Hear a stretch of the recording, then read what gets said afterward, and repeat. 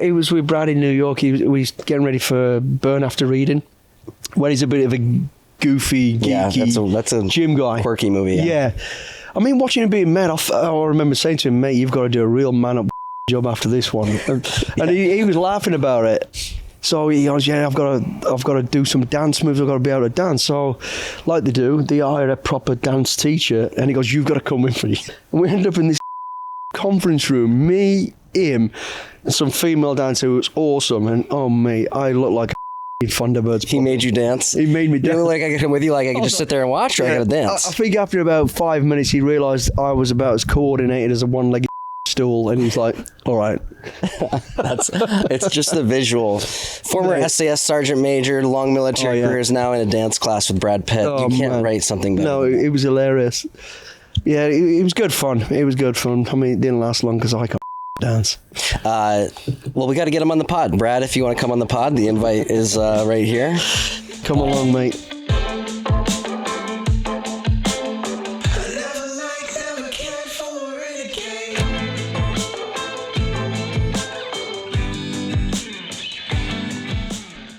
You start us off? Yeah. Well, let me pour my beer. You can start off. So we're back in the Chunter Basha for another session. Firing from the hip is what we say a lot, because that's what we do. We don't really preempt anything. We just pick a subject and we roll with it. And I think today we'll talk about a little bit about the bodyguarding and mix it with a military crossover, where bodyguarding started and then where it led. So you said, I didn't know that you were actually doing bodyguarding. Well, while you were in the military, I guess obviously you're doing a version of it, but how did it start while you were in the military? Well, one of the roles... And were you getting paid a different rate during bodyguarding, or were you getting paid your military rate? You get paid military pittance. Yeah. Because it's a pittance. That's what you get paid in the military. But you don't join the military to make money. So in the regiment, one of their roles is obviously close protection, which is bodyguarding. And that might be anything from a high-ranking general who's, at particular meetings in hostile environments, which we did quite a bit of. It might be a diplomat, an ambassador in a foreign country. Normally the regiment goes in to do bodyguarding when it's got to the point of it's getting really bad now. It may be royalty, support royalty. And then every now and again, it might be, some famous person. That's within the military as well. If they're visiting you, or you're doing something where they're coming maybe to a war zone. So like if like a celebrity, like a singer or comedian or something is coming into a war zone? No, pretty unlikely you'd do that within the military, in the regiment. We've had like royalty particularly, we've had like Her Majesty back in the day came to visit the camp, and it's a loose term bodyguarding, you're there at her side to chaperone her more than bodyguard her. But diplomats, definitely, I've personally bodyguarded the Prime Minister at the time. Which was who? It was Tony Blair. Okay. For a visit into Iraq. Who else? Generals during the Bosnia campaign, the Afghanistan, and Iraq. When a high-powered general comes in, normally to try and negotiate the ceasefire or whatever it might be, Mm-hmm. then we'll provide the bodyguards for them, the security for them in hostile environments. Now, in the regiment, you become kind of trained on everything. One of the best courses you do in the regiment is bodyguarding. It's still today. So you took a course. Okay. They do a course in the regiment, the close protection course, which is bodyguarding, as we said. And it's probably still, it was back then, the best bodyguarding course in the world. I've seen a few on the outside since I've left. Nothing compares to what the regiment does. It does military aspect, civilian aspect, high power sort of VIP aspect. Mm-hmm. So you get a mixture of all of it, and it's a really intense course, which used to be run for about 10 weeks. Oh, and wow. In fact, the regiment doesn't anymore, I know that, used to train the Royal Bodyguard teams. back in the day, the early days, and then they took it on themselves. Now, as well as the regiment doing it, it's more internal now. It's just for our own quality of training and skill set in amongst our own troops. The Royal Military Police run a pretty respectable bodyguarding course as well, apparently. So what do you think are the biggest misconceptions people have about what a bodyguard does? Image. They think it's a big bulky guy that's just making sure no one comes up and attacks someone. Yeah, it's exactly that. I've spoke a lot, and you spoke about, life's about perspective and vision, what you expect to see.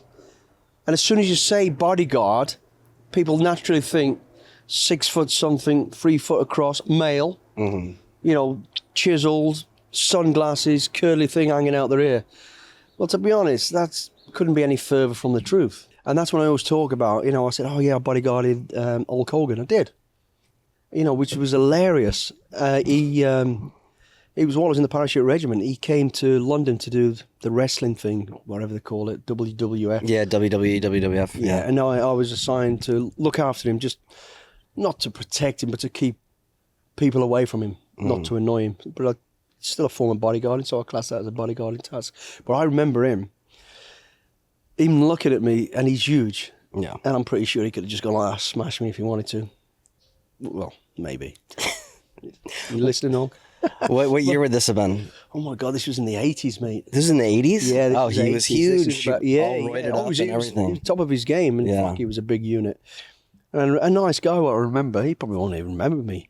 But he came to Wembley anyway, to London, and I got assigned to him, and I remember him looking at me, and I said, I'm your security, and he's like, look at me going, you could see the cogs in his head turning, and he was either thinking, this bloke is either hard as fuck, or mental, or a combination of both. Yeah. And he didn't want to test it. Because imagine if I thought I'll test him and try and grab him, and I got him in a fucking arm lock and got him down.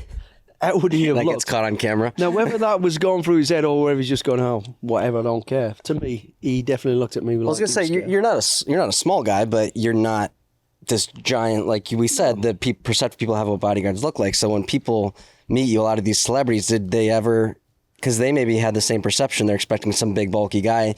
Did it happen enough where they met you and you could just kind of see them look? You'd be like, "This is the guy." Oh yeah, yeah, a lot of the time because perceptions. People think it's going to be this fucking meathead, and which no disrespect to the bodyguarding world, but there are some meatheads. Some people who fucking hell, they look the part. I always describe them as sculptured polystyrene. What? Sculptured polystyrene. You know what polystyrene is? Fucking stuff. Yeah. And the reason I say that is because you can sculpture into that a 6-pack, a fucking huge unit, but there's no depth behind it. They've got no energy, they've got no strength. They look the part, but they're fucking useless. They couldn't rumble for more than 10 seconds without having an heart attack. So, for example, in our world, when you're doing bodyguarding in an hostile environment, you want to dress down. You don't want everybody to know. Of course, somebody's got to be close to the principal, as in the client. Obviously, that's a bodyguard. But the rest of your bodyguard team dressed down are in amongst the crowd, and they're watching everything that's going on. If you're stood there with that image, and you're going to try and take on that client, you can go, there's one, there's one, there's one. Yeah, they're going to come after the bodyguard first. Yeah, so the biggest misconception is image. It's not about big muscles and all the rest of it, trying to look intimidating. It's actually about what's inside there. Being able to think, anticipate, and maneuver around a problem. Of course, you have to be able to deal with a problem. You need to, if worst case scenario, the shit hits the fan, you've got to be able to rumble around the floor and detain, hold, or, win to allow your client to get away or whatever happens, give them that sort of safety. So you've got to be able to look after yourself. You've got to be skilled physically in some sort of martial arts, or, you've got to be fit. You've got to be pretty good with weapons, the use of weapons, because a lot of the environments, hostile environments, of course, are you're carrying. And more importantly, you've got to have a good mind and experience. You've got to be able to plan, exercise, and be able to anticipate what's coming, being able to read the crowd, that sort of thing. So that's, again, I went a bit long-winded there, but that's really what it's about. It's not about the image. Like you said, it's more of a thinking job than a physical job. Absolutely. Because very rare that you get into a physical scrap with somebody. I mean, did you ever have to get into a physical scrap with somebody? I mean, I had to hand people off or push people off Yeah. out the way. I never really got rolling around the floor because I think, as a bodyguard, if you're rolling around the floor, you've really fucked your job up. You're supposed to keep them out of situations where your that can happen. client's vulnerable. So while you're rolling around the floor, unless you've got another part of the team with you, your They're clients, then susceptible to. you're susceptible to some lunatic want to throw acid in the face or want to punch them or whatever. You know, the idea is to avoid it. And that's what I'd always do, look at the crowd and assess where the vulnerable points are. Obviously, a client's got to make contact for whatever reason or got to be in that situation. So you've got to find a way round it and have a plan. Should shit go down, how would I get out of this? What am I going to do next? And I did that in an hostile environment quite a lot, but also in the celebrity world as well. How did you then transition in after the military, getting into doing it on the private side and doing it for A-list celebrities? So I mean, it was getting towards the end of my military career. Well, although you could have an extension within the regiment, I just knew I wanted to change direction while I was still young enough to do it. I'd done 27 plus years, and when I stepped out from full time, I then went on to reserve. So I always had a little bit of a fallback to keep in touch with the regiment and the military. So I was like, what do I do? And I really sat down and thought, fucking hell, what do I offer the outside world? 27 plus years of great operational stuff and planning, but where the fuck does that fit into the commercial world? It was intimidating. Yeah. And while I'm thinking about that, what do I have to offer? I come up with a solution in the end, and it was a good solution. Behind closed doors, as a silent partner, we set up a security business because it was the end of the Iraq War and there was a load of... So I did that, but I didn't want to delve straight into it. So I helped set it all up and, and that started to run, and I kind of left it. I didn't take anything from it. That was just building away. You did this with one of your... With a buddy, a comrade at the time. And then... I was like, right, now I definitely want to step out. I need a job. And I was out in Belize, I was out in Brunei as the Sergeant Major of the Jungle Warfare School. And a friend of mine, very good friend, who used to be in B Squadron with me, calls me up and goes, mate, I've got a client going to Vietnam to do whatever she was going to do. Would you be interested in if you can get a week's leave from Brunei, go over, meet her. She knows all about you. I've told her about you. Blah, blah, blah, and I know you're looking for a job when you leave. Maybe this could be a good connection for you. And it was Angelina. She was going to Vietnam. Angelina Jolie, for those that don't know. Yeah. Anyway, so that's what I was going to do. I was going to take a couple of weeks leave, go over to Vietnam, meet up with her, say hi, see if we could, work. Can I interject real quick? Did you already know who she was? Were you aware of her? I'd heard of her. But you didn't. You're not a big celebrity. No, I'm not a celebrity. Yeah, I knew she was an actress. Blah blah blah. But that didn't faze you at all. You weren't never like, oh wow, I'm gonna meet. No, I'm not. I don't get intimidated or I'm not into that sort of stuff. Sorry to interrupt. I wanted to. You're excited though.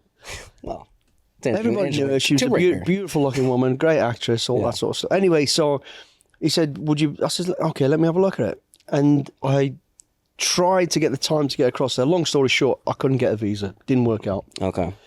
So sometime later, I forgot, well, maybe that job's passed me by. And then I come back to the UK and I'm really now, I want to leave. I want to leave the military. I'm kind of done. I'm not kicking doors in and doing all that shit anymore. And it's trying to fly a desk and control nonsense. Not for me. So I thought, right, I've got to get out. I need a job.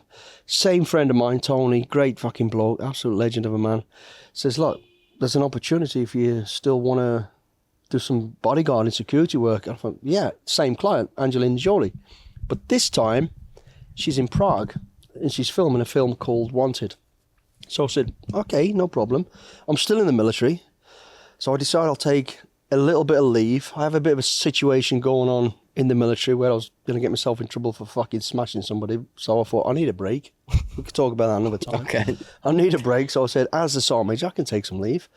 So I said, right, I'll take a couple of weeks leave. And the long story short is, my mate said, look, go over to Prague, do a couple of weeks with these guys, see if you fit in, they fit in for you, and there's a job there for you. So I did. So I left the military. I didn't leave the military. I took this leave. When I say they, when you say they, her and Brad? Yeah, and Brad. They were together then. And So I left. I thought, fuck it. I took some leave, didn't tell anybody where I was going. Went over to Prague, flew over there, got picked up at the airport, taken to where they were staying. And I met the pair of them. I met them in their garage under the house where they were staying. So I'm fucking out the darkness, walking, and I'll be honest, it's like I knew them. I've always had that with every client I've had, except for one. We could talk about it another time. I just DMX. Sorry, keep going. Yeah, okay. So, yeah, and it was just like in my head I thought, I know what I can do. I just need to know what they can want me to do. And you know, as long as we have that respect for each other, it's going to work. I'll make it work. And it was a good chance for me to say, you know what, I could do this for a living, although I knew it was going to be fucking awkward. Because bear in mind, I've done 27 years, 20 plus years in the SAS, and you know, you live this life under the radar. No one knows who you are, what you are. All of a sudden, I'm now I've got to find a fucking job, and this is the only job I've really got that I might like. And I'm going to end up people on front of magazines, total reverse world to what I've had. You know, all of a sudden my head's above the parapet, but I needed this job, or possibly. As far as I can remember it, I get picked up by this guy. It was like used as a local security. He spoke Czech Republic. I spoke a little bit, so I had a bit of a communication with him. He says, yeah, the clients will be waiting for you. They're just coming back from work, blah, blah, blah. Anyway, they must have just got into the house just before me, but they're in the garage underneath. So they're getting out of their car. As I pull up, I walk in straight in there, and Angelina's there. I think she had 2 of the kids with her at the time, Pax and... Time frame here, we're what, like 2006, 2007? Around about that time, Okay. 6, 7, I think. I mean, anyway, so I walk in, and like I said, I'm still in the military, so I'm aware of that. I walk in, say, hi, I'm Billy. And Angelina, you know, really nice, gave me a hug. Mm-hmm. Brad shook my hand. He goes, welcome. He goes, yeah, let's go upstairs and we'll have a chat. I remember sitting upstairs with him. So we go into the house. We're just chatting away. The kids are like doing what the kids do, running around and stuff, and they're really nice. We go upstairs into this beautiful place that they were renting while they're doing this film. Angie at the time was what I'd call the primary. She was filming. Brad was just there supporting her and doing all this stuff around the scenes and taking care of the kids. And we end up in this living room place, and a couple of nannies there and all this sort of stuff. Get introduced to the nannies, introduced to a couple of drivers and this, that, the other, all these people. And we just sat chatting. And what I remember about it was, you know, I just remember saying, okay, what exactly do you need me to do? You know, and listen to what they wanted. And basically all they wanted was to be able to have a normal life. Mm.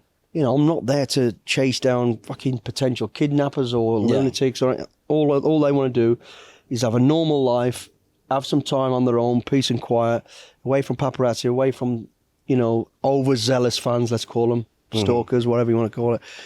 And that was it. And I thought, okay, yeah, that's, to me, that, you know, I'm used to fucking having people shoot at me and throw grenades and try and kill you. So I thought I've just got to tone it down to what they want.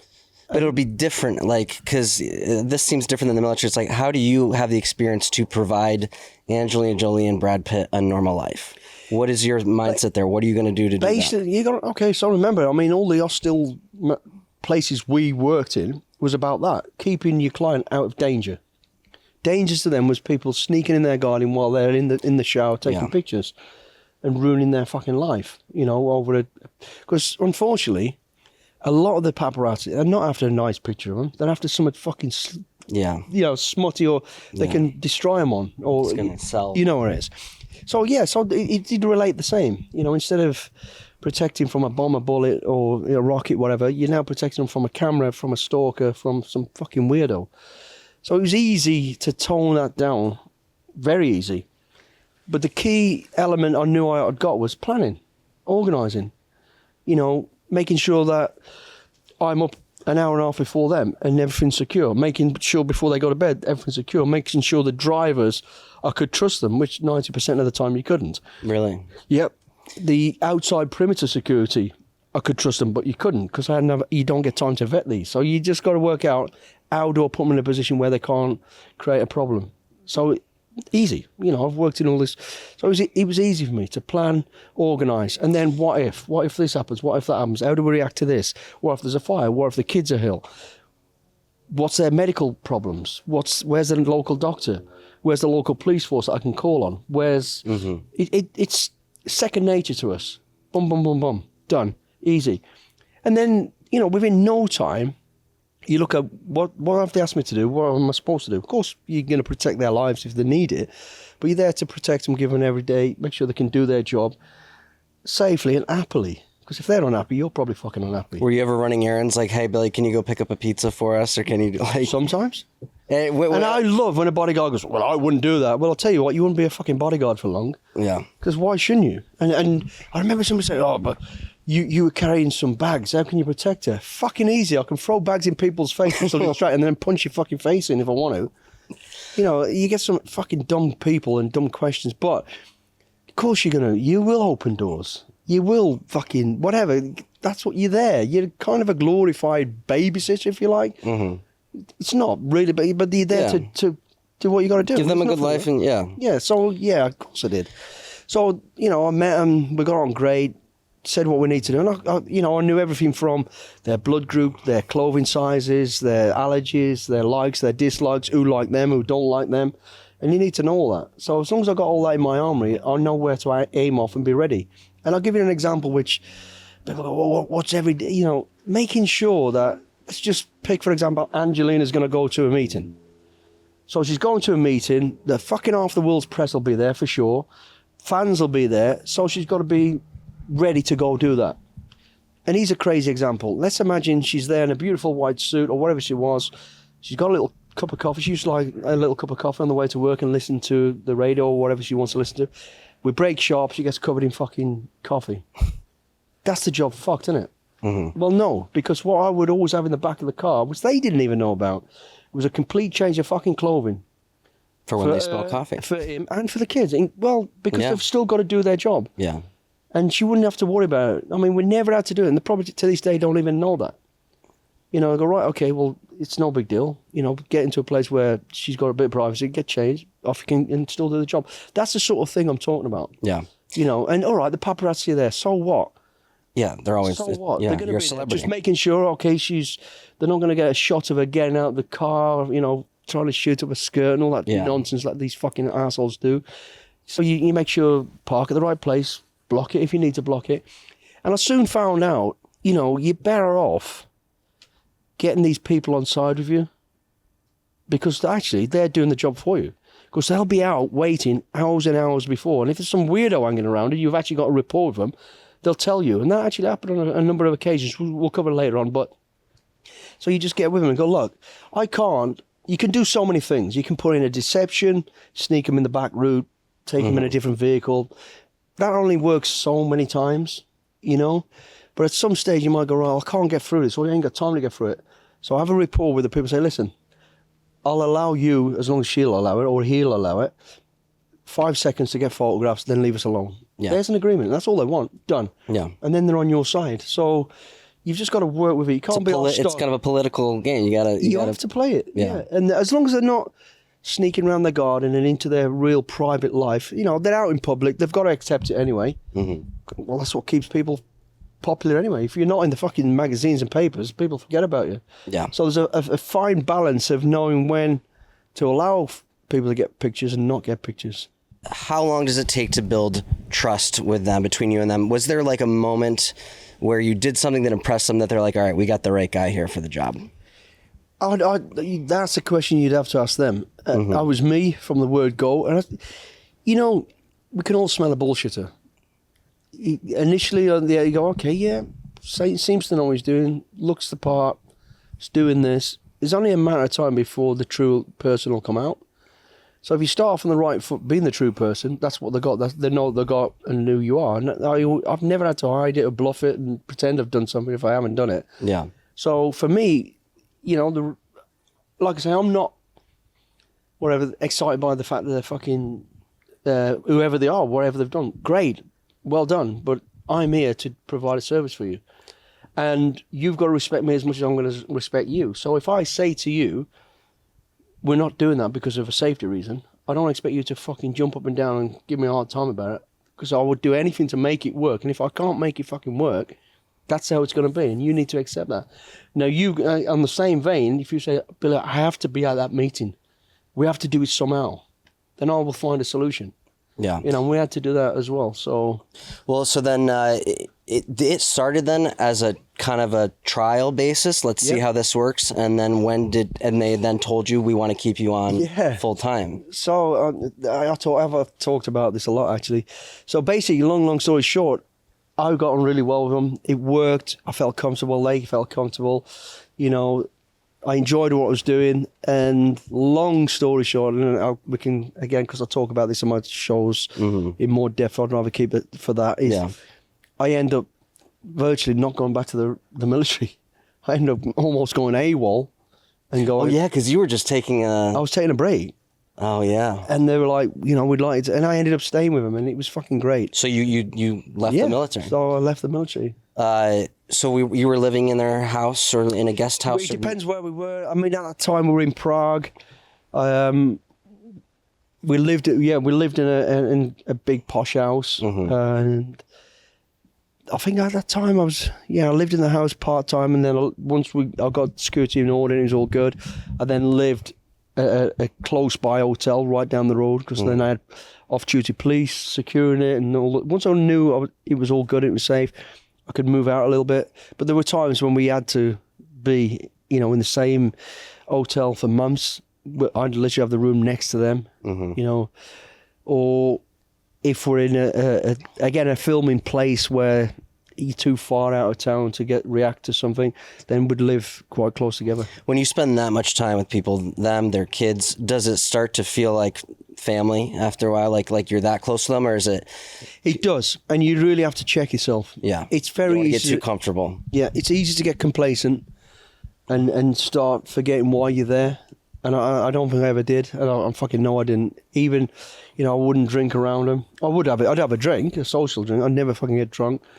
You know, I'd always make sure that I was respectful of their space, their privacy. Likewise, I'd expect them to do the same as me. You know, sometimes I need to go and talk to my family and stuff, you know. So it worked really well. The other question, when going back to not being able to trust other staff, did that happen often where they proved that? All the time, mate. Really? All the fucking time. And it was generally drivers. Drivers do a number of things. One, if it's the first time they're there, they've obviously been told who they're taken care of, so they're always trying to impress. All of a sudden, they've gone from being a driver to a Formula One evasive driving instructor. They want to impress you with speed and fucking skirting in and out of traffic, and you're like, whoa. You got more chance of ending up fucking in a collision with somebody innocent because of these fucking idiots if you don't control them. So we always had that somebody who thought they fucking could drive better than they could, just because, you know, they've got this client. That would be one thing. The second thing is... And then did you just go, hey, motherfucker, slow down? Oh, yeah. Fucking right, I did.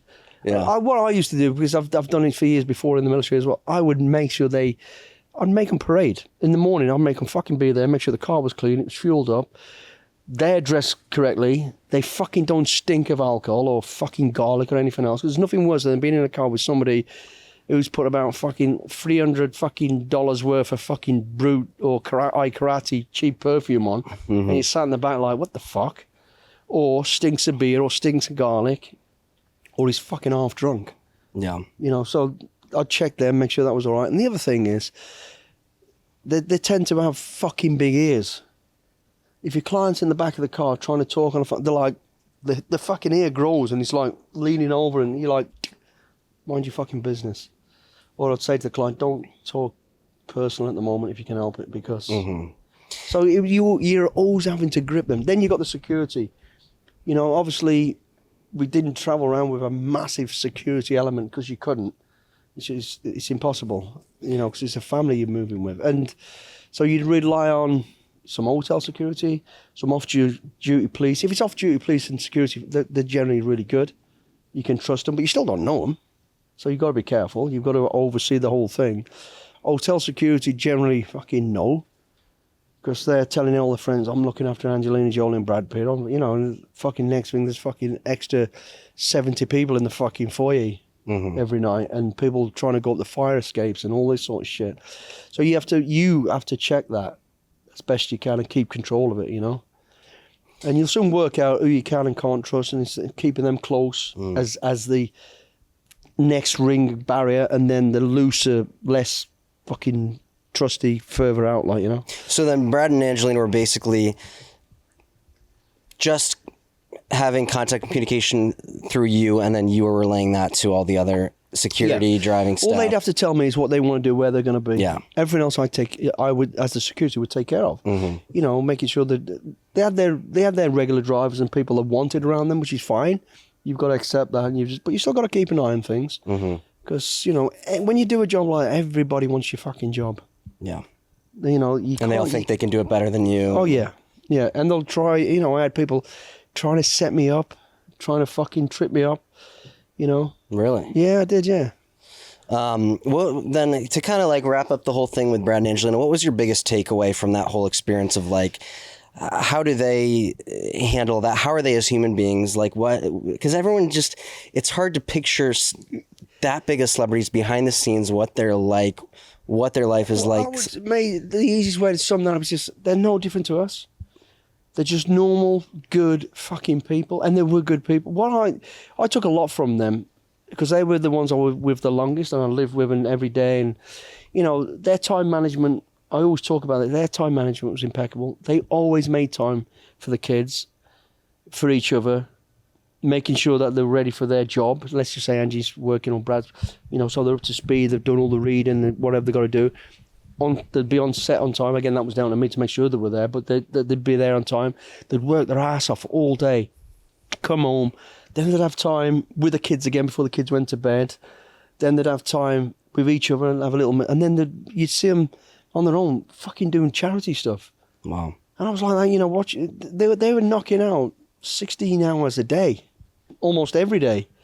But it was impeccable the way they were doing it, and the drive, the enthusiasm they had with it. They had good days, they had bad days, like we all do. And it was good to see that. But, you know, beyond all that, like we're talking, they were just good, nice people. And I used to kind of, in a way, feel, not sorry for them, but, you know, it's hard for them because there ain't many people that can trust. Yeah. Like, we can turn to each other, or one of our friends go, "Me, I'm having a bad time." They can't. They don't know the fuck they trust, because the next thing, it's a fucking sell that story in a magazine, and it's hard for them, you know, when they've got an issue, and they have just the same issues as us. They have the relationship issues, they have financial issues, believe it or not. There are no different. It's no different. It's exaggerated, or whatever the word is, you know, fucking 10 times bigger than ours because of who they are. The spotlight's on them all the time, so it's hard for them. As your relationship, you know, growed with them, you built a relationship with them, did they ever, not going into details, but did they confide with you about personal things, asking for advice or just venting to you about stuff? Yeah, there's a bit of everything. You know, everything from personal to medical to professional ideas, whether it be an idea for films or, how do you know, like, as I said, they're very charitable people, and they both go to places where there's war and conflict and suffering, and they're always trying to help. So they'd definitely be asking then, how should we go about this, or who do you know that can connect us to this? So yeah, they were always asking for advice on that sort of stuff, and personal things as well, you know. Well, and then last, how long were you? It was 2 years that you were there. It was about 17 months, you know. Okay. There about roughly, I think. I mean, I'd have to look at the exact dates. Yeah, but roughly time frame for people to. Yeah, and then, you know, after I left, there was a couple of times, you know, we'd meet up here. You know, they might be going into a certain country to do something, so I could, if I, you know, I'd do a little bit here and there just to help and support. Yeah. And then, like everything else, we all get busy and drift off and do our own thing. So it's the way life works. But yeah. All right. Well, I think this was a good episode. Well, that's interesting. Let's see what the views say, and leave your questions and comments. Thank you for watching the Chunter Basha. We are out. That's it. Catch you later.